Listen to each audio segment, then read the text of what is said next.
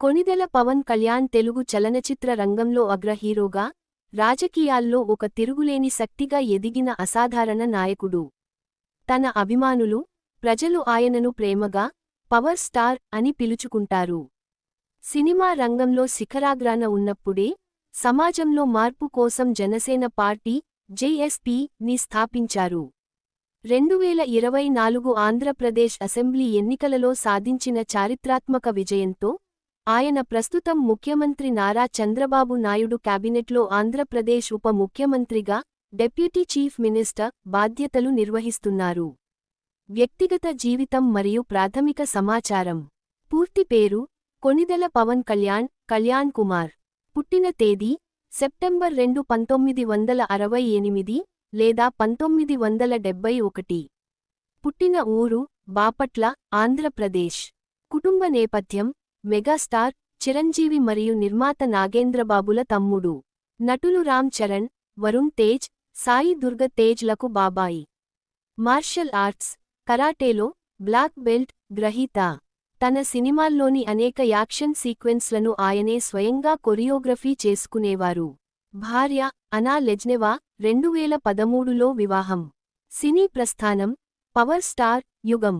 1996లో అక్కడ అమ్మాయి ఇక్కడ అబ్బాయి సినిమాతో పవన్ కళ్యాణ్ టాలీవుడ్లోకి ఎంట్రీ ఇచ్చారు. సాంప్రదాయ శైలికి భిన్నంగా సరికొత్త యాటిట్యూడ్, మేనరిజమ్స్తో యువతను విపరీతంగా ఆకట్టుకున్నారు. కల్ట్ క్లాసిక్స్: 90ల చివర్లో, 2000ల ప్రారంభంలో ఆయన నటించిన తొలిప్రేమ జాతీయ అవార్డు గెలుచుకుంది. తమ్ముడు, బద్రీ, ఖుషి సినిమాలు ఇండస్ట్రీ రికార్డులను తిరగరాశాయి. ఈ చిత్రాలు ఆయనను కేవలం హీరోగానే కాకుండా ఒక ట్రెండ్ సెట్టర్గా నిలబెట్టాయి. బాక్స్ ఆఫీస్ రికార్డులు: కొన్నేళ్ల విరామం తర్వాత గబ్బర్ సింగ్ 2012, అత్తారింటికి దారేది 2013, భీమ్లా నాయక్ 2022 వంటి సినిమాలతో తన బాక్స్ ఆఫీస్ స్టామినా ఏంటో మరోసారి నిరూపించారు.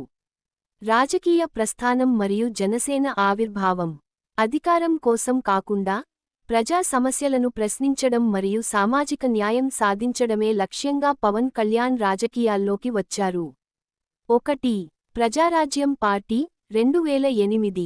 తొలుత తన అన్నయ్య చిరంజీవి స్థాపించిన ప్రజారాజ్యం పార్టీలో యువజన విభాగం, యువరాజ్యం అధ్యక్షుడిగా పవన్ కళ్యాణ్ చురుకైన పాత్ర పోషించారు. ఆ ఎన్నికల్లో రాష్ట్రవ్యాప్తంగా విస్తృతంగా ప్రచారం చేసినప్పటికీ ఆశించిన ఫలితాలు రాలేదు. ఆ తర్వాత ప్రజారాజ్యం కాంగ్రెస్లో విలీనమవడంతో ఆయన కొంతకాలం రాజకీయాలకు దూరంగా ఉన్నారు. 2. జనసేన పార్టీ స్థాపన 2014. మార్చి 14, 2014న పవన్ కళ్యాణ్ జనసేన పార్టీని స్థాపించారు. ఇష్టం ఉంటే ప్రశ్నిస్తాం, కష్టం ఉంటే పోరాడుతాం అనే సిద్ధాంతంతో పార్టీని ప్రజల్లోకి తీసుకెళ్లారు. 2014 ఎన్నికలు: ఆ ఎన్నికల్లో జనసేన నేరుగా పోటీ చేయలేదు.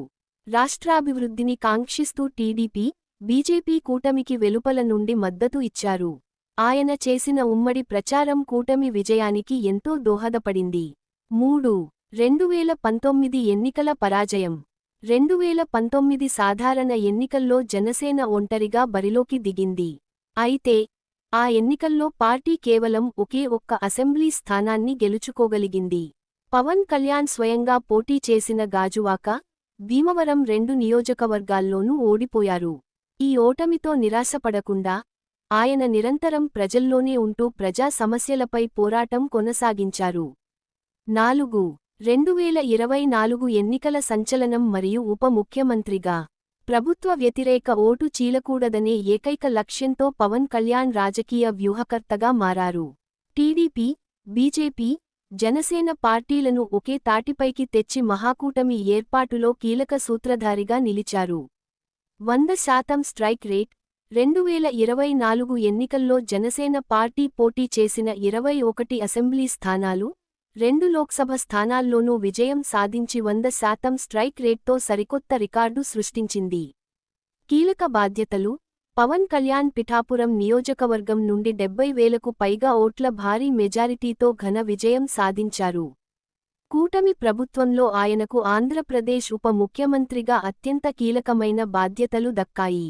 మంత్రిత్వ శాఖలు మరియు పరిపాలన: ప్రస్తుతం రాష్ట్ర డిప్యూటీ సీఎంగా పవన్ కళ్యాణ్ గ్రామీణాభివృద్ధి, పర్యావరణ పరిరక్షణకు పెద్దపీట వేస్తూ క్రింది కీలక శాఖలను నిర్వహిస్తున్నారు. పంచాయతీ రాజ్ మరియు గ్రామీణాభివృద్ధి, గ్రామీణ తాగునీటి సరఫరా, పర్యావరణం, అడవులు, శాస్త్ర సాంకేతిక రంగం, సైన్స్ మరియు టెక్నాలజీ. గ్రామీణ విప్లవం 2025/2026 విజయాలు. పరిపాలనలో తనదైన ముద్ర వేస్తూ, గ్రామాల్లో తాగునీటి సమస్యను శాశ్వతంగా పరిష్కరించేందుకు దాదాపు 7,910 కోట్ల రూపాయలు పెట్టుబడితో అమరజీవి జలధార, వాటర్ గ్రిడ్ ప్రాజెక్టును చేపట్టారు.